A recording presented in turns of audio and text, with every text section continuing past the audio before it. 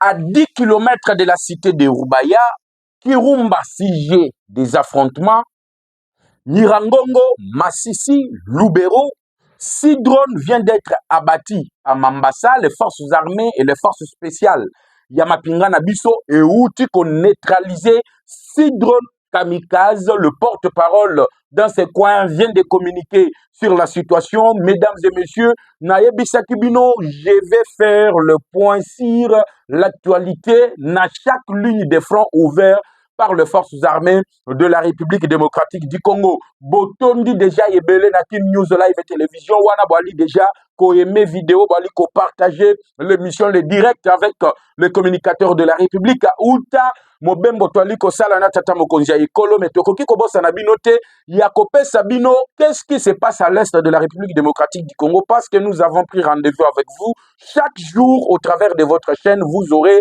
l'ensemble de l'information sur le ligne de front. Il y a Oyo Ezali Kosale Mabongo à l'est de la République démocratique du Congo. Alors, je pense que vous êtes déjà ébélé, Bozana Katia ko commenter, Bozana Katia ko partager. Ce que s'abonner qui n'a noté prière de vous abonner parce que ici, Bozanga actualité à mon côté, la République démocratique du Congo.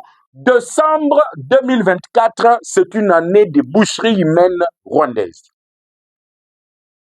Le barbecue, surtout ce que moi j'appelle le shawarma à la viande rwandaise. Le Sukhoi fait le travail. Le Sukhoi venait de visiter les frontières du Rwanda. La panique était totale au niveau de Rwanda. Nous sommes à quelques kilomètres de la cité de Rubaya. Dans le Mambasa, 6 drones kamikazes viennent d'être abattus. Dans le Nirangongo, Touti ko récupéré.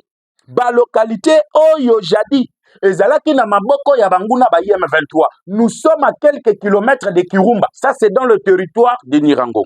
Dans le territoire de Lubero, Kasigi et Luanga, de nouveau repris et sécurisés par le propriétaire légitime Ali Bongo, une véritable boucherie humaine de Rwandais qui peur de la vie comme de mouches. Au niveau de Massissi, la localité de Kaniki à 10 km de Rubaya vient ainsi d'être récupérée par les forces armées de la République démocratique du Congo, le M23 en débandade. Tout moi mindu qui n'a bango bayaki nango na ba munitions, ba sundoli yango Wazalendo a récupéré à bandi kosala na bango ba trace. Au moment où je vous parle, les Wazalendo sont en train de tenir meeting populaire na Mambasa. Oyo population ba yena ebele na bango ko soutenir banamboka ba volontaire pour la défense de la patrie congolaise. La situation sera décryptée en long et en large au courant de ces numéros de décryptage de l'actualité politique dont j'ai le réel plaisir comme d'habitude de vous le présenter. Je vous demande déjà d'entrée des yeux, il y a qu'à aimer vidéo, il y a qu'à partager l'émission et surtout n'oubliez pas ceux qui au s'abonner qui n'a noté prière de vous abonner parce que na Kin News Live Télévision bokozanga te koyeba la situation dans le détail, il y a insécurité et comment l'armée se comporte du jour au jour pour élaguer les terroristes du M23 sur l'ensemble du territoire national. Alors, mesdames et messieurs, je vais entrer dans le vif du sujet. Rassurez-moi que aussi au aimé vidéo, rassurez-moi que aux adakatia ko commenter pe ko pesa simbisi na yo na mapinga na biso en écrivant juste bravo forces armées de la République démocratique du Congo en m'envoyant que na bandana lingi ete sokyo sabona ki na nuke prière de vous abonner na Kin News Live Télévision parce que awa bozali qu'on profiter na ensemble et actualité sur l'ensemble du territoire national. Quelle boucherie humaine! Quel régal! Je vous ai dit, les ordres ont été déjà donnés. Le président de la République, Félix Antoine Tshisekedi Tshilombo, a outil pour changer ce qu'il fallait. Il a touché là où il fallait. Il vient maintenant de toucher là où ça fait mal. Et la communauté internationale plaira. Et Joe Biden appela Tshisekedi au téléphone. Pour la première fois, il appela Tshisekedi au téléphone. Monsieur le Président, prière de ne pas utiliser les Sukhoi. Quelle est la réponse de Fatih? Monsieur le Président, nous sommes en train de lutter pour ainsi sécuriser l'intégrité de notre territoire. De la même manière que Israël se défend, de la même manière que l'Ukraine se défend, nous sommes en train de nous défendre également. La communauté internationale appelle Fatih atika ko utiliser ma drone, atika ko utiliser ma Sukhoi, atika ko utiliser ma avion de chasse. Parce que nazo bisabino que Banyarwanda, c'est le moment que nous sommes en train de comptabiliser. Vous aussi les jeunes Tutsi, un petit conseil. Nazo kota na manaka chiko na bisabino ba ligne de front ni ezali koleka. Parce qu'au moment où je vous parle, 6 na lobi bien 6 drones ya Banyarwanda. Drone ango ya banani ya ba américain. Bango moko ba mituni capacité nini armée comme nango ya combattre même les drones ya États-Unis d'Amérique. Drone ya armée américaine. Congo komi combattre yango neti bazali combattre ba ndeke ya mike mike. Na lolengeli lelo le 25 décembre. 6 drones kamikaze fabriqués aux États-Unis d'Amérique. Le commandant des opérations sur l'axe Rutshuru, oyo penza balobaki ke yende azalaki chargé ya koéliminer ba autochtones. Muto bomaki obandaki ko boma bande kona biso. On criait ici ba massacre salemi na Kishishe, ba massacre salemi bo. Mais muto azalaki chargé ya koéliminer batuana. Yende out ba uti ko bomaye aujourd'hui le 25. Comme on a soki ka agazazira soki agazazira. Il vient de partir et son âme est en train de brûler aujourd'hui dans le flamme de l'enfer.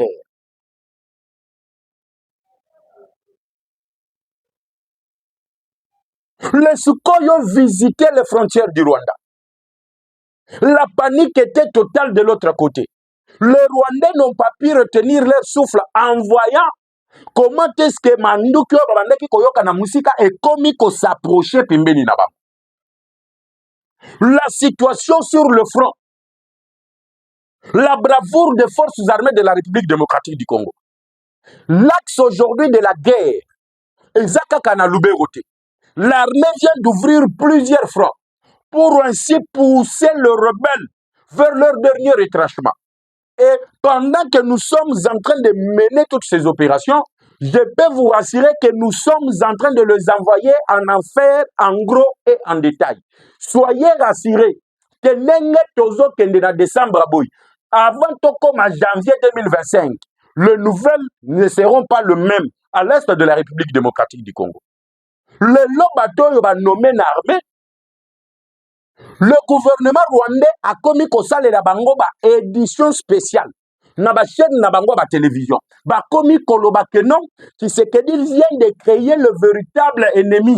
Il y a régime, il y a Kagame. Le lot, Kagame acquise Félix Antoine Tshisekedi Tshilombo. L'homme commence à rechercher le cessez-le-feu. Au niveau de la communauté internationale, il accuse la République démocratique du Congo de vouloir renverser son régime. Parce que Masanzu, Bruno Mandefu, na Masanzu a outi ko sala remise et reprise, na Otozali Kobenga Falsi Kabwe dans la 3e zone de défense, et vous prenez Bruno Mandefu qui entre directement sur les lignes de front, dans les Lubero sur l'axe nord. Il y a lobby, Makamba Oti Kalanasima, ba militaire Moussousou Libosote, Yemoko général, Azu Munduki, a mobilisé les troupes. Voilà les gens qu'on avait besoin.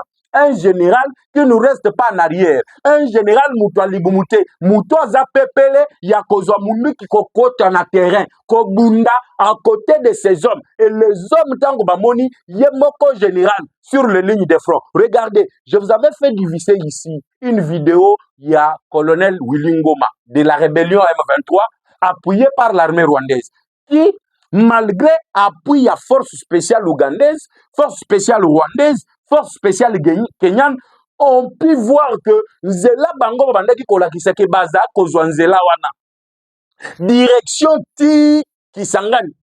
C'est la même route Oyo Sikoyo, Bruno Mandefu Aye Kozwa na Batunaye. Direction Wapi Ali Bongo. Au moment où je vous parle, Ali Bongo est sujet de boucherie humaine. C'est de la viande rwandaise que les animaux congolais et que la terre est en train de profiter parce que la fertilisation de notre terre s'est fait au travers des corps ya banyarwanda eza kopola. Banyama na bandeke na biso bali koprote bakzali pe ils sont en train de profiter de cela. La réalité commence à se faire voir. Kagame appelle au cessez-le-feu. Pourquoi ils appellent au cessez-le-feu? C'est parce que la situation vient de changer. Dans le territoire de Lubero, le village de Mambasa vient de passer sous contrôle des forces armées de la République démocratique du Congo. Au moment où je vous parle, le M23 avait eu le renfort, il y a 6 camions, il y a force spéciale ougandaise. Oyo bayaki pour appuyer oyo bazalaki déjà en déroute, mise en déroute sur les lignes de front par les forces armées de la République démocratique du Congo. Ils ont utilisé 6 drones pour ainsi infiltrer les arrières-lignes de garde, il y a forces armées de la République démocratique du Congo, essayer d'avoir au moins les informations Namayema Koleka du jour au jour de ce qu'utilise la République démocratique du Congo comme tactique.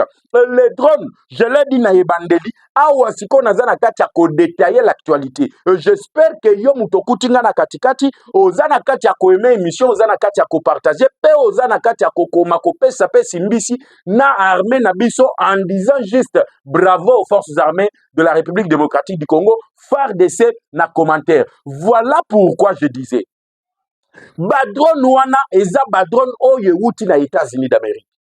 C'est les États-Unis qui ont donné les drones que le Rwanda utilise aujourd'hui.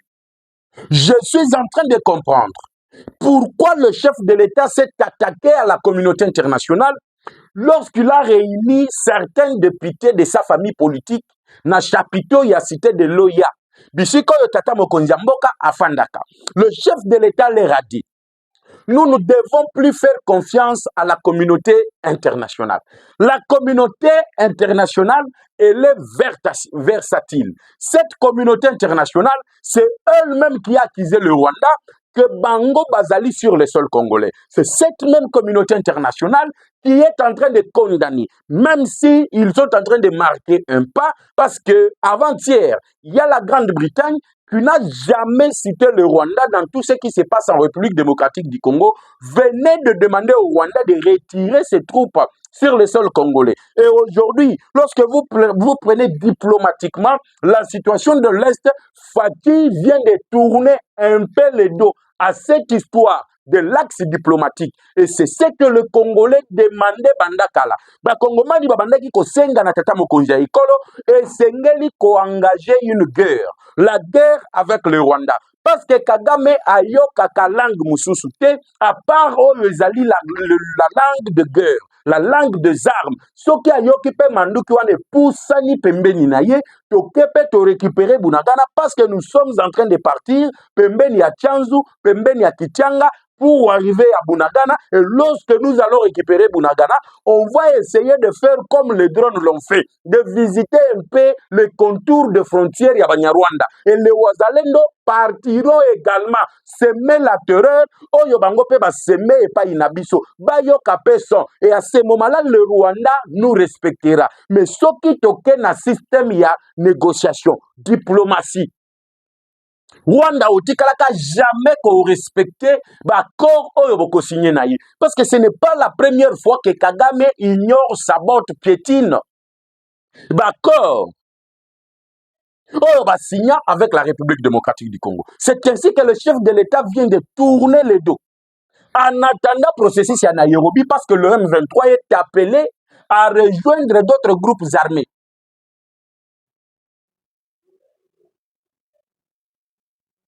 Sengeli va se rendre compte.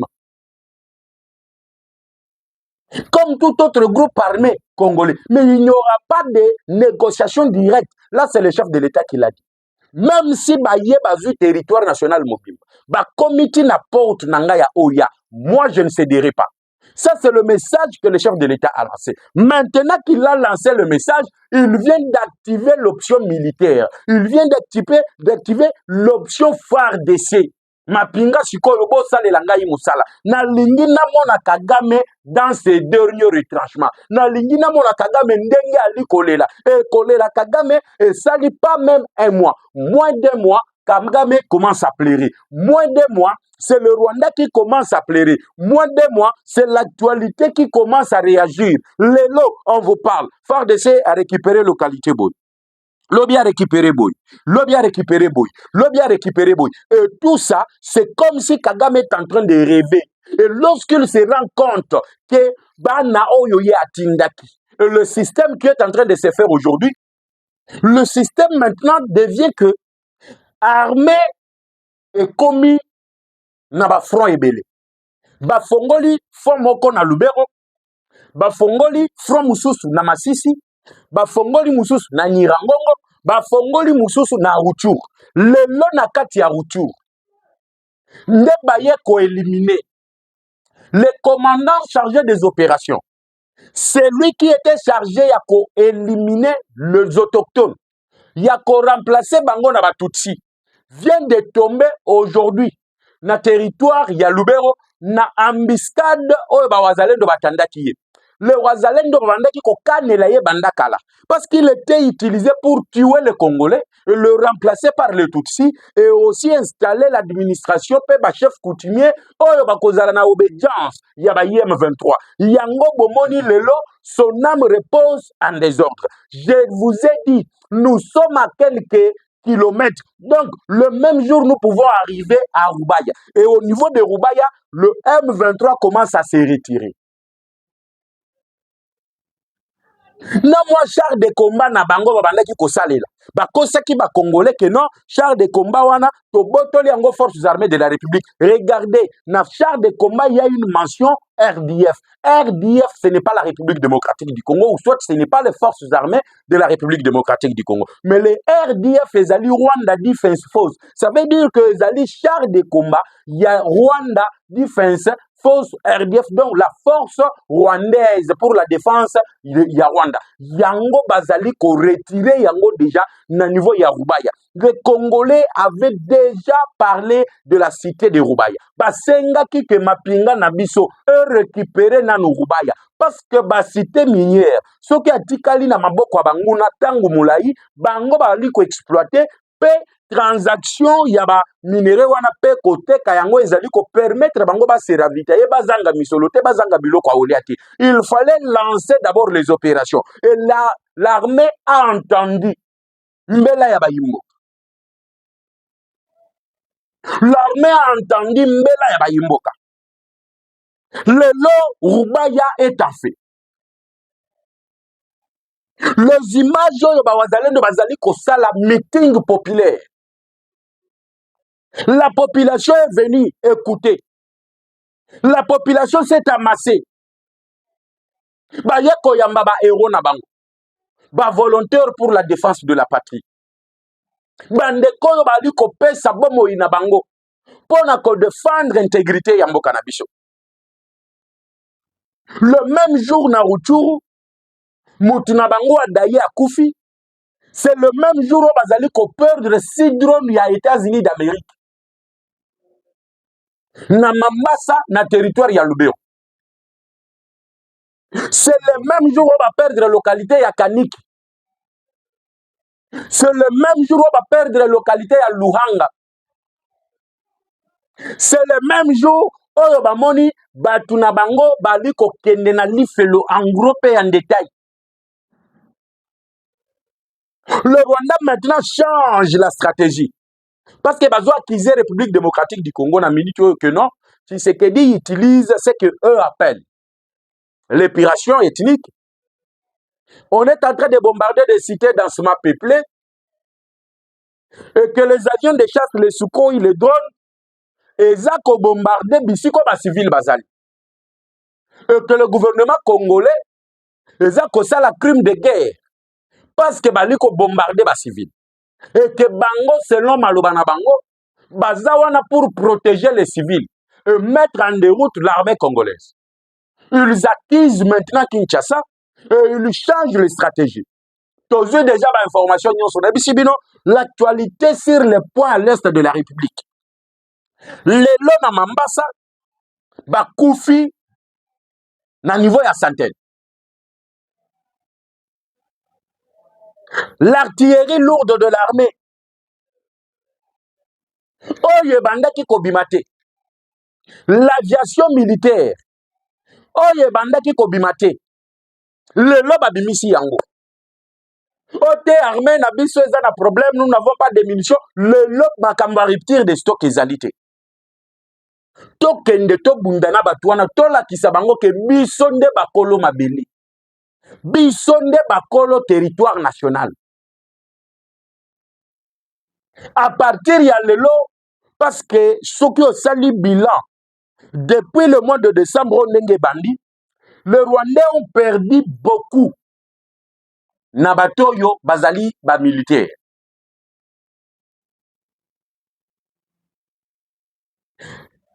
Na localité ya Kirumba, bauti kobenga na ba civilo bazalaki na ba hôpitaux nyonso pour que ba soigner bandeko na bango oyo basokaki na bitumba. Ceux qui ont eu la vie sauve.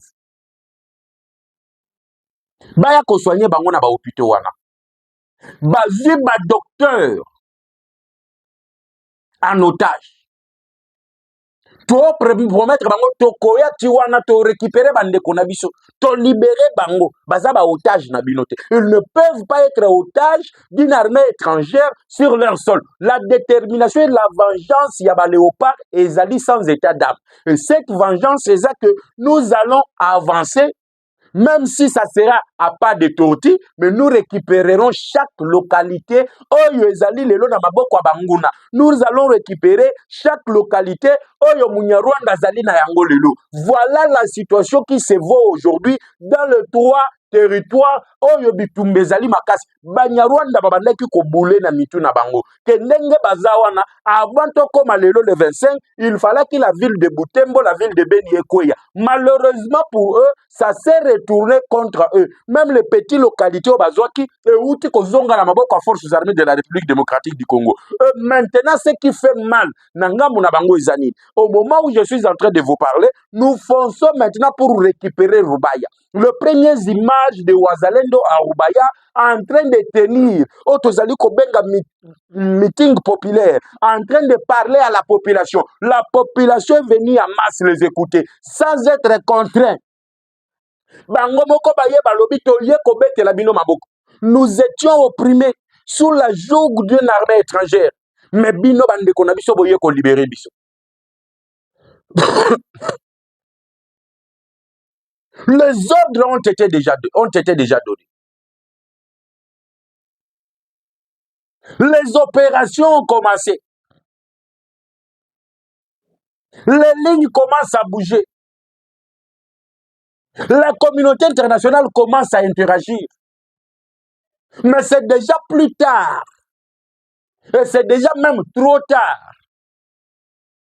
Parce que Tshisekedi alobi, soki tokobunda pe babeti biso tokondima. Mais nous ne croyons pas que bango bakobeta biso. Mais nous allons nous battre. Soki bolingi makambo na bino a dialogue tokende na processus ya Luanda ya Nairobi tokokende. Mais sur terrain nan tokoyoka lisusu lisolo ya cesser le fait. Eloko esali bango nanu mutu pasi yango wana. Comment Fatia boyi oyo bango ba pesaki comme cesser le fait. Fatia lobi na armée na ba généraux outi konomi ba instruction pesi bango wa alobi na yoka likambo cesser le fait. Na yoka pe likambo repli stratégique te. L'armée doit continuer d'avancer, même si c'est à pas de tortue. Mais vous devez faire au moins chaque jour un pas en avant. Na yo kate ke bosali repli stratégique. Ba généraux pe oyo baye yebi solo wana bien ya est. Ba yebi comment ça fonctionne. Yango bozomona bango moko nano bazui AK-47. Balati na nzoto bakei sur les lignes de front.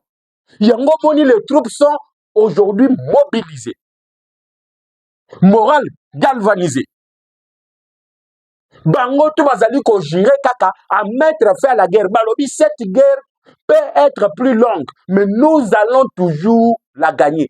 La patrie ou la mort. Avant que Banyarwanda bazala na centimètre moko ya territoire na biso, esengeli babomana no bambila bango nyonso, baye babomi biso ba civil biso nyonso, et comme ça ils peuvent entrer sur notre sol, et comme ça ils peuvent entrer sur notre territoire pour maintenant exploiter kosala na mabele na biso oyo bango balingi.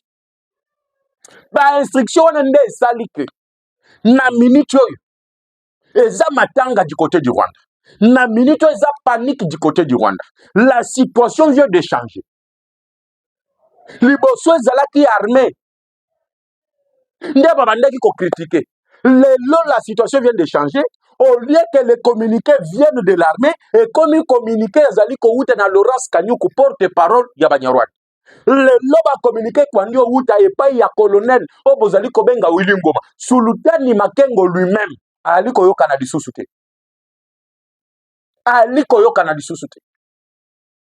C'est pour vous dire, il fallait une rétrospection de voir banani bazalaki ba complice ya Banyarwanda. 91 d'entre eux ont été déjà chassés de l'armée, élagués de l'armée, mis à la disposition de la justice. La réclamation que j'ai reçue de tous les Congolais, ezaya que Batouana et Sengeli ba pendre bango ba boma bango pour haute trahison. Et nous espérons que l'application de la peine de mort est causale appliquée sur bango. En général, vous devez retenir pour la journée d'aujourd'hui, 25 décembre 2024, que l'armée vient d'abattre à Mambasa, dans le territoire de Lubero, 6 drones, il y a armée américaine, Oyo et Yaki comme de drones kamikazes pour infiltrer le derrière de l'île des forces armées de la République démocratique du Congo. Gloire à Dieu, l'armée a tenu tête, l'armée a détruit Badron Wana, Nyonso 6, et au moment où je suis en train de vous parler, les images, vous allez les voir à la fin de cette émission, ou soit le numéro qui est affiché là-bas, vous pouvez nous appeler, mais sachez aussi que vous êtes nombreux, plus de 5000 contacts, il n'y a pas moyen de vous satisfaire tous à la fois, mais nous allons essayer toujours, il y a qu'à répondre na moko, il y a un message nabino. Dans le territoire, il y a Rutshuru, il y a Zalaki commandant des opérations, bauti ko abattre ye akwei bongo na mbiscade oyo bawazalendo bautaki kotandra ye mutu azalaki chargé ya exécution ya ba civil, ye mutu azalaki chargé ya kosala système ya remplacement ya bakolo mabele na batutsi vient de tomber parce que bawazalendo bandaki ko kanela ye bandakala. Lelo le 25, son âme est en train de brûler dans les flammes de l'enfer. Alors, nous sommes à Mambasa, à quelques kilomètres, il y a Kirumba. Non, là c'est dans le Nirangongo où nous sommes près de Kirumba. L'armée vient de récupérer la localité de Kaniki, où ils allaient pembeni à 5 km de Kirumba, et les affrontements sont en cours.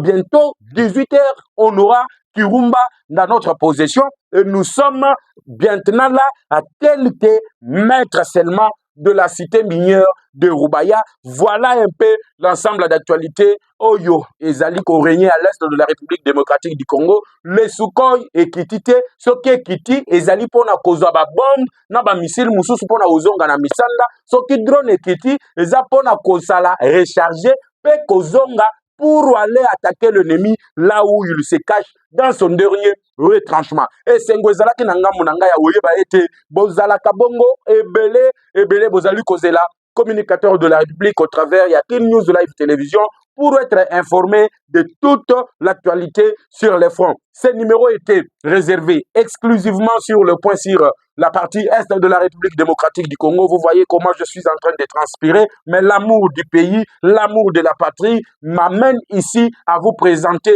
chaque jour le point sur la situation sécuritaire, le point sur la situation politique. Voilà pourquoi je vous demande de vous abonner massivement pour ne rien rater dans Mayema Kotala, l'actualité en République démocratique du Congo. Quant à moi, je vous dis, restez toujours connectés, activez la clochette d'alarme pour être notifié chaque fois qu'il y a du nouveau sur Kin News Live Télévision. Ciao et à bientôt.